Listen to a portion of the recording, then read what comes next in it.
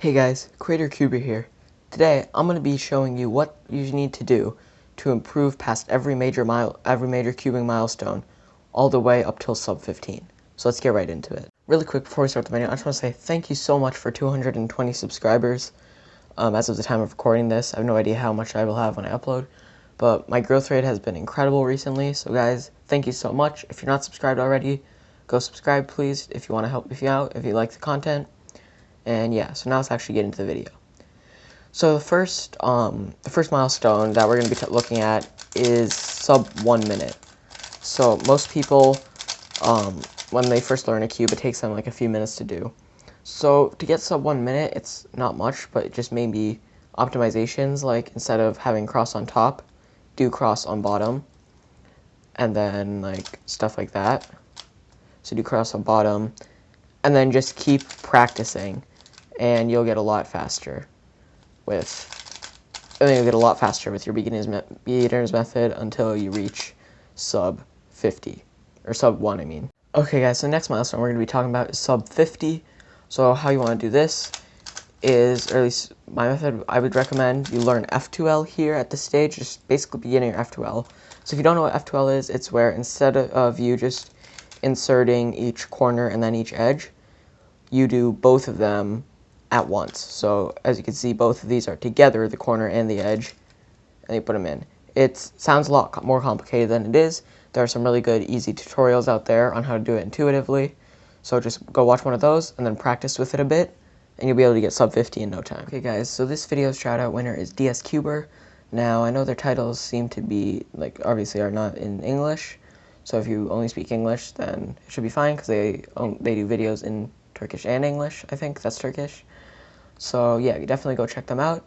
If you guys want a shout out just like this, then wait till the end of the video and I'll tell you exactly how to do it. It's very simple. So yeah guys, just watch till the end of the video and let's get on with the next step. Okay guys, so next milestone is sub 40. So this is where we come into last layer, and what you want to do is you want to learn 4-look last layer. So that's where instead of doing like this algorithm over and over again or whatever, and then doing this algorithm over and over again for OLL, you just have to recognize like what kind of cross case you have, do one algorithm, and then after that you have to recognize what corner case you have and do another algorithm. And then for PLL you have to do the same. You have to recognize what like corners you have, do one algorithm, and then do another algorithm. And you might have to do it twice. But yeah, so just learn 4-look last layer. There aren't that many algorithms. It's only, I think, maybe about 15 algorithms, maybe a little. Actually, it's probably a bit less than 15. But yeah, you don't have to learn a lot. And then after that, just practice it down a bit, and you'll be able to get sub 40 easily. Okay, guys, so for sub 30, which is next, we're going to be looking at a few minor optimizations and then one big thing. So obviously for like minor optimizations, maybe try doing your F2L a bit more efficiently, like maybe intermediate F2L as opposed to just straight beginners. And then maybe obviously drill your OLL algs down and stuff. That way you can do those quicker. And then finally though, learn, or at least start learning, full PLL. So at this point, if you learn like 2-look PLL, you should learn like this algorithm, the T-perm, the Y-perm, and like the U-perm, I think, are the 3 that you learn. So if you learn those 3, then maybe learn a few, like maybe the J-perm. Here, like this J-perm is a lot easier if you just learn this J-perm. And then like R-perms and stuff, like the easy ones. At least just start out, and then like most steps, just practice it down a bit. You'll be able to get sub 30 quickly. Okay guys, so next we have sub 25. So for this one, you want to start working on getting a more efficient cross.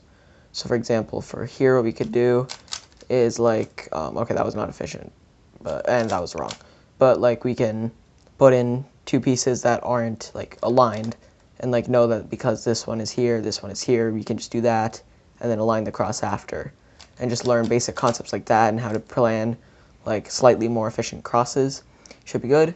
And maybe work a bit on your F2L by just like either learning more advanced F2L, but that's not necessary, or just practicing your algs and like making sure you know what to do for each case and stuff. But then finally, the last thing what you want to do is to get sub 25, I'd recommend you start learning, or you learn most of full PLL. Maybe you can skip like the G perms and the N perms, but other than that, learn most of them, or learn most of the algorithms. There's only 21 of them in total, so you should be able to do that pretty easily. Most of them are really easy to learn, other than maybe the G perms and M perms, but those just come with practice. I have a video where I teach you how to learn algs extremely quickly, so I'll put that at the end of the video as the end card. So just stay tuned for that, and you can click on that video to find out how you can learn this more efficiently. And then just practice it down, and you'll be able to get sub 25. So now we have one that a lot of people struggle with, and this is sub 20. So how I'd recommend you get sub 20 is one of two ways. You can either double down on your F2L, or you can double down on your last layer. And you can also do both, but it all depends. So if you want to double down on your F2L, what I recommend you do is look at, I think JPerm made a really good tutorial that I learned from. We'll learn Intuitive Advanced F2L.